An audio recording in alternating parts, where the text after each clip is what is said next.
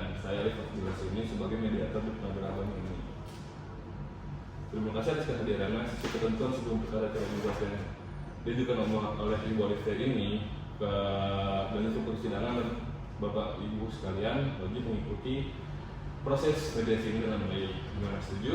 Setuju. Baik, Ibu Alifia, sesuai data di sini, silakan sampaikan secara singkat mengapa Ibu mengajukan gugatan cerai dan apa tuntutan Ibu selain perceraian. Saya udah capek dengan pernikahan ini, Pak. Jadi selama kami menikah itu kami sering berduaan, terus cekcok, terus jadi saya rasa kayak yaudah deh, mendingan saya mengurusin aja hubungan ini, pernikahan ini, dan saya menuntut untuk masalah hak asuh anak. Hak asuh anak kami saya ingin diatur di saya sendiri sebagai seorang ibu, dan saya ingin menuntut harga bersama juga sih, Pak. Terima kasih Bu Alifia atas penjelasannya. Terus Bapak Faris, gimana pendapat Bapak Faris terhadap hak asuh dan pembagian hak ini? Sebetulnya saya tidak ingin berpisah, tapi saya sudah lelah tiap hari ribut aja terus. Cuma yang mau bagaimana lagi, cuma saya tidak setuju dengan tuntutan yang diberikan kepada saya, terutama soal harta bersama dan juga kos-kosan itu.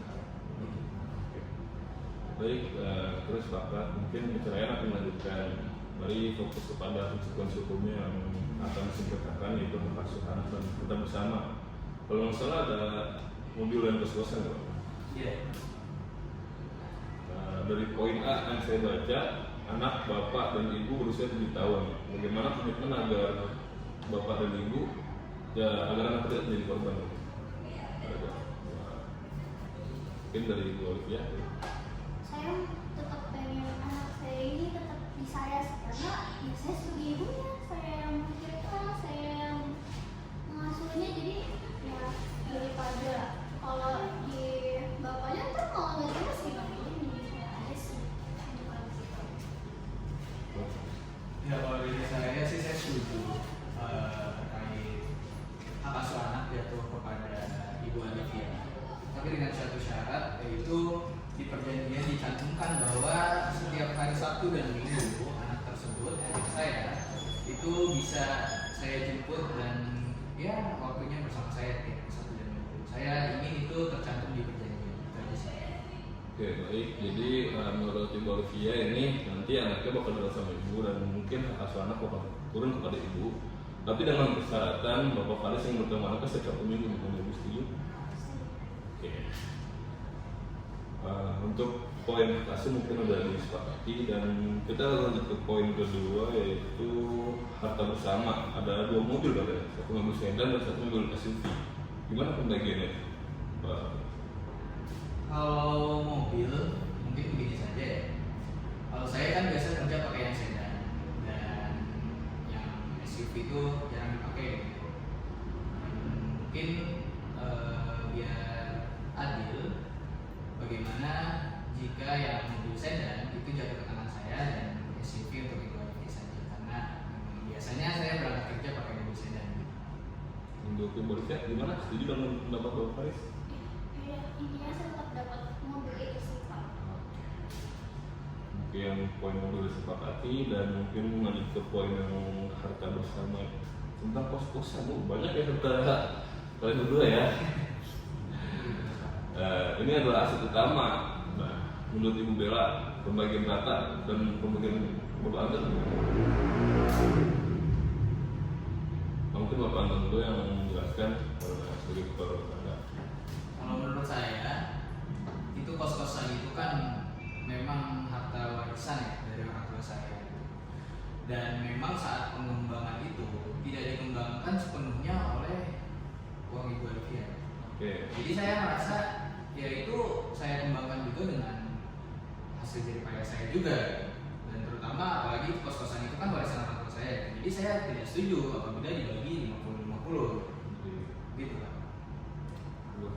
Loh, kok tiba-tiba jadi Bapak Faris nih berbohong gini ya? Kan itu kos-kosan kita bangun bersama selama pernikahan. Kita bagi rata loh selama membangun itu. Saya masih ada buktinya loh. Loh, tapi kan awalnya itu kan ada warisan orang tua saya dan juga otomatis itu kepemilikan lebih banyak punya saya, dan saya juga punya buktinya. Kalau saya juga punya buktinya, kalau misalnya selama membangun kos-kosan itu juga saya juga banyak mengeluarkan uangnya. Oh, tapi bukti saya lebih valid itu Nah, loh saya ya. juga Ya, banyak. tunggu tenang, tenang dulu mediasi. Bapak dan Ibu karena di sini adalah saya fasilitas dan mungkin Bapak Faris ada bukti tentang kepemilikan menjelaskan dana warisan tersebut kepada Ibu Olivia agar terjadi pelanggaran. Ibu lihat sendiri deh buktinya. Saya punya bukti. Belum ya. Mungkin kalau misalnya kita lanjut ke mediasi ini akan gagal total. Oleh karena itu saya usulkan kita bisa selesaikan pas ini dari kesepakatan perdamaian. Jadi masalah kos-kosan akan disidangkan saja nanti bersama hakim. Poin ini akan diputuskan ke majelis hakim untuk diputus dalam persidangan. Apakah Bapak Faris dan Ibu Olivia setuju bahwa masalah kos-kosan diputuskan oleh hakim? Sementara poin lain perceraian kasus dan mobil sudah disepakati. Ya. Setuju? Daripada berantem terus di sini, Iya. langsung aja hakim aja. Karena nggak jelas. Jadi karena sudah ada kesepakatan pada poin penting, saya berharapkan mediasi ini berhasil sebagian.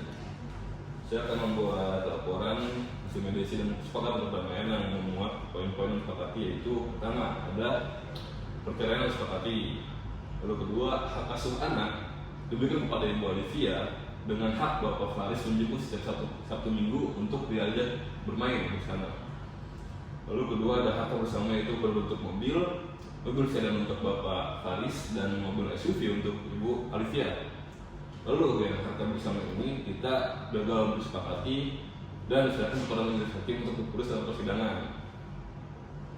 Lalu kesepakatan ini akan diserahkan kepada majelis hakim untuk dikuatkan dalam putusan. Dengan ini saya nyatakan mediasi selesai. Silakan Bapak Ibu untuk mempersiapkan diri untuk melanjutkan tahap persidangan dengan membawa bukti-bukti yang kuat, terutama terkait kos-kosan yang tadi Bapak sudah ditunjukkan.